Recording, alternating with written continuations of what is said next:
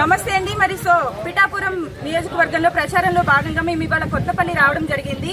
ఇక్కడ జనాలందరూ కూడా వన్ సైడ్ అన్నట్టుగానే ఉన్నారు.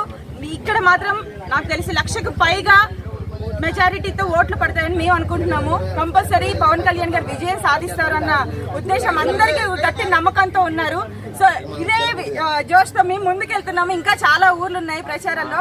కాబట్టి thank you so much once again V5 వాళ్ళకి థ్యాంక్ యూ సో మచ్. అరే ముందుకు మరో పవన్ కళ్యాణ్ సీళ్ళు.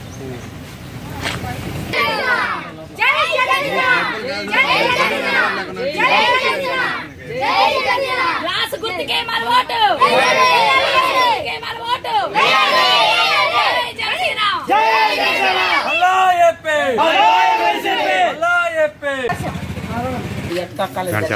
వేస్తామండి చెయ్యట్టుకుంటే దేనికి ఓటేస్తారు?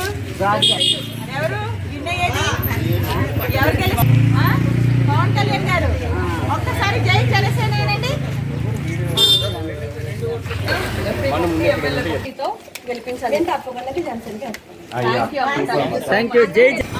ఒక్క అవకాశం ఇవ్వండి పవన్ కళ్యాణ్ గారికి. మీరు మీ చుట్టుపక్కల వాళ్ళందరికీ కూడా చెప్పి వాళ్ళ కనువిప్పు చేయండి. ఇప్పటి వరకు పాలన ఎలా ఉంది, ఇక పైన పాలన మారితేనే భవిష్యత్తులు బాగుంటాయి అని చెప్పి ఒక అవకాశం ఇస్తే మీకు తెలుస్తుంది కదా ఆయన ఏం చేస్తారు. ఆయన మీకు ఏదో చేయాలనే వచ్చాడు. ఒక అవకాశం ఇవ్వండి. దయచేసి పవన్ కళ్యాణ్ గారికి ఓటేయండి. గ్లాస్ గుర్తుకే ఎంపీ ఎమ్మెల్యే 2 ఓట్లు కూడా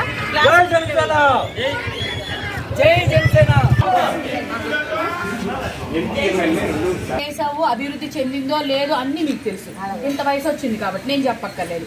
ఈసారి ఈయనొక్కడిని గెలిపించుకుందాం. ఈయన ఏం చేస్తాడో ఒక్క ఓటేసి ఒక్కసారి గెలిపించుకుంటే ఈయన కూడా ఏం చేస్తాడో తెలుసు. దయచేసి ఈయన ఓటేసుకొని ఇది ఈ పిల్లల భవిష్యత్తు కోసం, పిల్లల కోసం దయచేసి బాబాయ్ మర్చిపోవద్దు.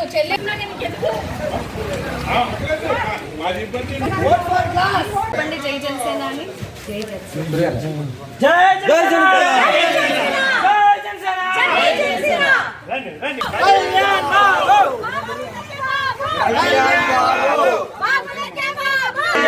మారుతాయి. భవిష్యత్తు మారాలంటే పవన్ కళ్యాణ్ గారు రావాలి. ఒక్కటి గెలిపించుకుందాం. ఎమ్మెల్యే 2 ఓట్లు గ్లాస్ భవిష్యత్తులు బాగుంటాయి. వాళ్ళ బంగారు భవిష్యత్తు పొందాలి అంటే పవన్ కళ్యాణ్ గారు రావాలి. చూసారు కదా, అవకాశం ఇవ్వండి. సంవత్సరానికి 3 గ్యాస్ సిలిండర్లు ఇస్తున్నారు.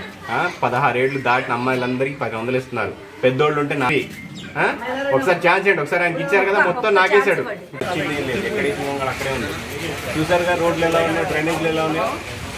మారాలంటే ప్రభుత్వం మహిళలకు ఉచిత బస్సు సౌకర్యం కల్పిస్తున్నారు. ఇవన్నీ దృష్టిలో పెట్టుకుని ఒకసారి పవన్